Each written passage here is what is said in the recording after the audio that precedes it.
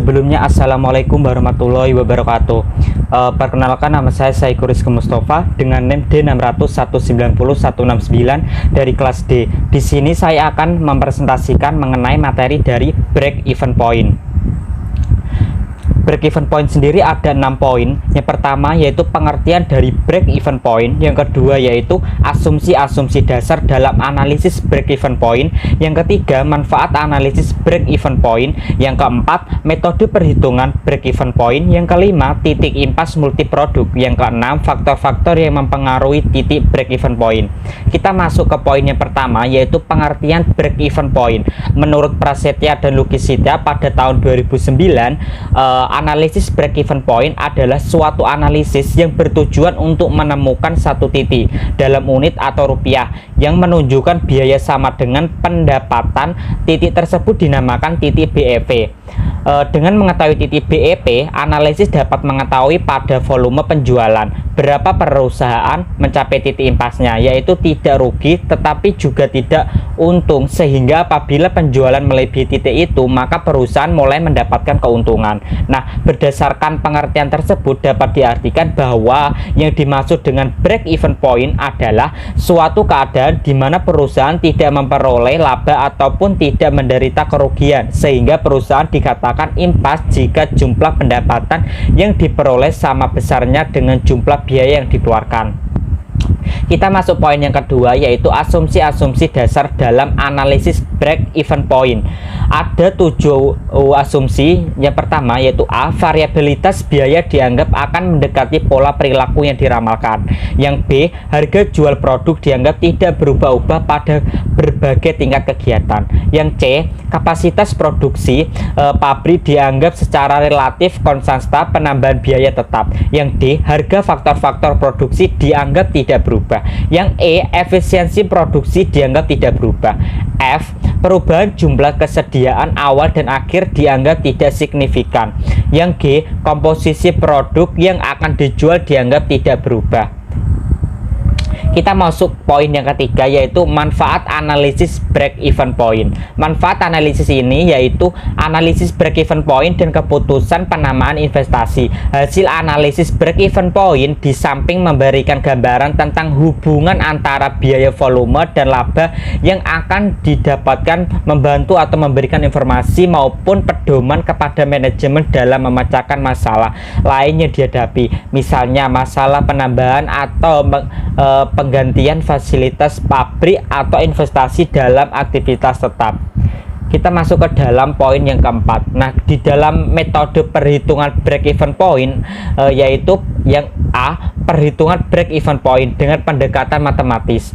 Dalam menghitung tingkat break even point dengan pendekatan matematis dapat dilakukan dengan dua cara. Yang pertama yaitu atas dasar unit, di mana persatuan produk atau barang yang dijual maka setiap satuan barang memberikan sumbangan atau kontribusi secara margin yang sama besarnya untuk menutup biaya tetap atau laba. Dalam keadaan break even maka dengan berbagai jumlah biaya tetap dengan margin persatuan. Berikut adalah rumus dari break even point. Biaya tetap per margin persatuan sama dengan biaya tetap per harga jual persatuan dikurangi harga variabel persatuan. Yang kedua yaitu atas dasar rupiah. Di dalam ini keadaan break even laba perusahaan adalah 0. Oleh karena itu dengan membagi jumlah biaya tetap dengan marginal income ratio akan diketahui tingkat penjualan dalam rupiah yang harus dicapai agar perusahaan tidak menderita rugi ataupun memperoleh laba dari break even point. Berikut ada rumus dari break even point dengan atas dasar rupiah sama dengan biaya tetap per marginal income ratio sama dengan biaya tetap per 1 dikurangi biaya variabel per satuan dibagi harga jual per satuan.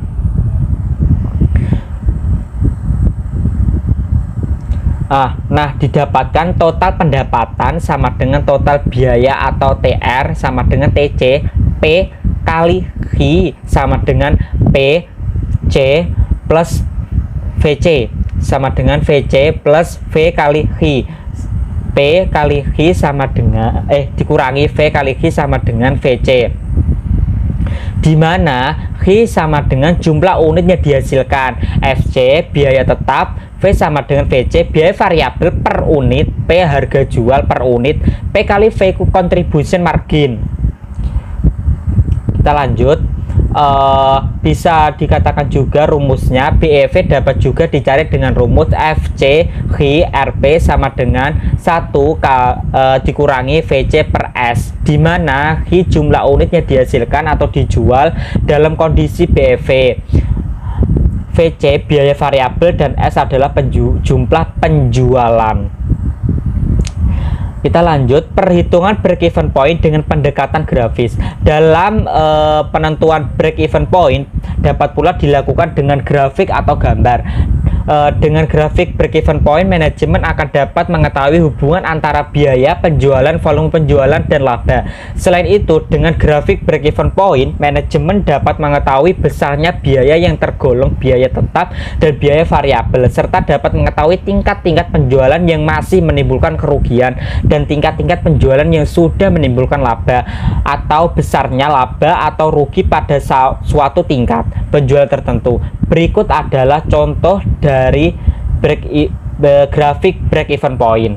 Bisa dilihat di gambar ini. Kita lanjut, poin yang kelima yaitu titik impas multiproduk, di mana setiap perusahaan memiliki lebih dari satu jenis produk, maka dalam penghitung titik impasnya harus terlebih dahulu dihitung baurannya penjualan. Menurut Hassen dan Mawan pada tahun 2005 menyatakan bahwa analisis multiproduk memasyarakatkan dibuat suatu asumsi sehubungan dengan bauran penjualan yang diharapkan pada bauran penjualan tertentu. Masalah multiproduk dapat dialihkan ke dalam analisis produk tunggal. Namun harus diingat bahwa hasil akan berubah jika bauran penjualannya berubah.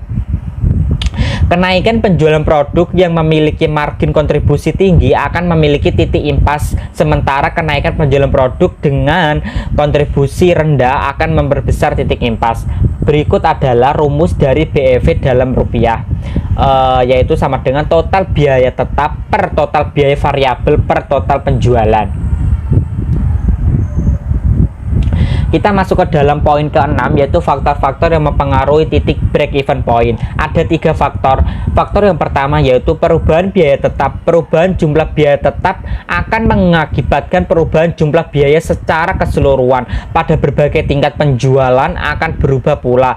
Dengan perubahan jumlah biaya, maka besarnya penjualan pada tingkat break even akan berubah pula.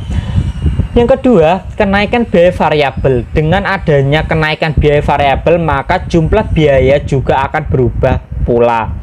Begitu pula besarnya penjualan pada tingkat break even juga akan berubah. Yang ke-C, perubahan komposisi penjualan, analisis break even atau analisis biaya, volume, dan laba yang diuraikan di muka selalu diterapkan untuk suatu macam barang atau dengan anggapan bahwa perusahaan memproduksi atau menjual suatu barang atau secara total. Berikut adalah contoh kasus dalam break even point. Contohnya bisa dilihat. Sekian presentasi dari saya, kurang lebihnya mohon maaf. Bila taufik wal hidayah. Wassalamualaikum warahmatullahi wabarakatuh. Terima kasih.